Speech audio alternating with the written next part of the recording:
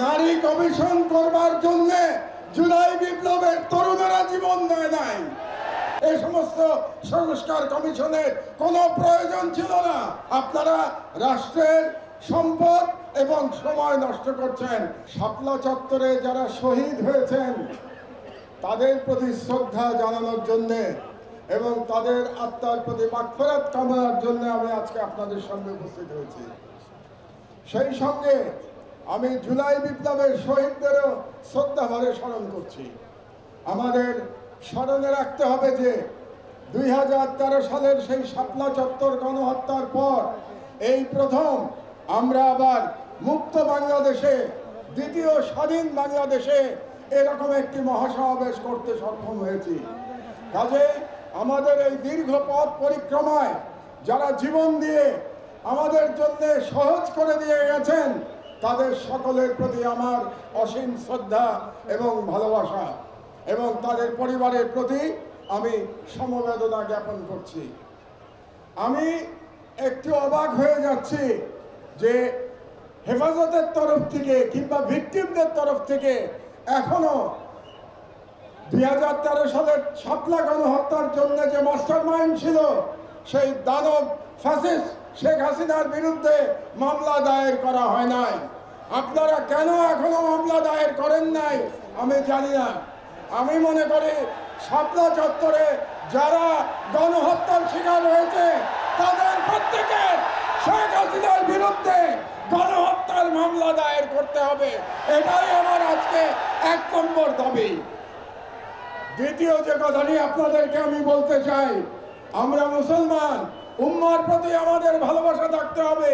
তাই গাজার শহীদ এবং কাশ্মীরের মুসলমানদের উপরে যে জুলুম চলছে তার বিরুদ্ধে আমাদের ঐক্যবদ্ধভাবে আন্দোলন চালাতে হবে। 3 নম্বর কথা আমি বলতে চাই, আমার বক্তব্য দীর্ঘায়িত করব না। এখানে অনেক ওলামায়ে একরামরা আছেন যারা মূল্যবান বক্তব্য দেবেন। আপনারা নারী নীতি নিয়ে প্রশ্ন তুলেছেন।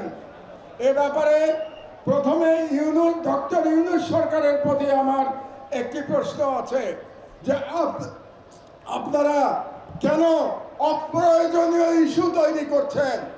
নারী কমিশন করবার জন্য জুলাই বিপ্লবের তরুণেরা জীবন দেয় নাই। তারা জীবন দিয়েছিল বাংলাদেশকে ফ্যাসিবাদ মুক্ত করবার জন্য, বাংলাদেশ থেকে ভারতীয় আগ্রাসনবাদ মুক্ত করবার জন্য। কাজেই আপনারা সরকারে বসেছেন যাতে করে বাংলাদেশে আর ফ্যাসিবাদ ফিরে আসতে না পারে। আপনাদের দায়িত্ব শুধুমাত্র সেই সংস্কারগুলি করা যে সংস্কারের মাধ্যমে বাংলাদেশে ফ্যাসিবাদের পুনরুত্থানের পথ আমরা বন্ধ করতে পারবো। কাজেই ডক্টর ইউনূস সরকারের প্রতি আমার বাংলাদেশের একজন প্রবীণ নাগরিক হিসেবে পরামর্শ থাকবে, আপনারা অপ্রয়োজনীয় ইস্যু তৈরি করবেন না। এবং আমরা দেখতে পেয়েছি আপনারা অনেকগুলো অপ্রয়োজনীয় সংস্কার কমিশন করেছেন। এই সমস্ত সংস্কার কমিশনের কোনো প্রয়োজন ছিল না। আপনারা রাষ্ট্রের সম্পদ এবং সময় নষ্ট করছেন। আমার অনুরোধ, এই সমস্ত কমিশন আপনারা বাতিল করে দেন। এই সমস্ত কমিশনের কোনো প্রয়োজন নাই। আর আলেম ওলামাদের কাছে আমার নিবেদন, আপনারা নারী নীতি নিয়ে লড়াই করতে গিয়ে বৃহত্তর লড়াই থেকে সরে যাবেন না।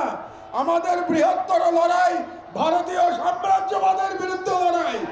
আমাদের বৃহত্তর লড়াই ইসলামের জন্য আমাদের লড়াই। আপনারা যদি নারী নীতির মতো একটা ইস্যু দিয়ে আন্দোলন করেন তাহলে আমাদের যে বৃহত্তর আন্দোলন এটা ক্ষতিগ্রস্ত হবে।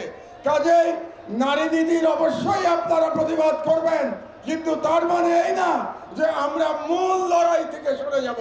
মূল লড়াই থেকে আমাদের সরে যাওয়া যাবে না। এই জন্যে আপনাদের কাছে আমার আহ্বান, আপনারা ঐক্যবদ্ধ থাকবেন। আমি বিশ্বাস করি বাংলাদেশের আলেম সমাজ যদি ঐক্যবদ্ধ থাকে তাহলে বাংলাদেশের স্বাধীনতা কেউ ছিনিয়ে নিতে পারবে না। কাজেই যে কোনো মূল্যে এই হেফাজতের মঞ্চ থেকে বাংলাদেশের সকল আলেমদের ঐক্যবদ্ধ থাকার আহ্বান জানিয়ে আমার বক্তব্য শেষ করছি। আল্লাহ হাফেজ। বাংলাদেশ জিন্দাবাদ।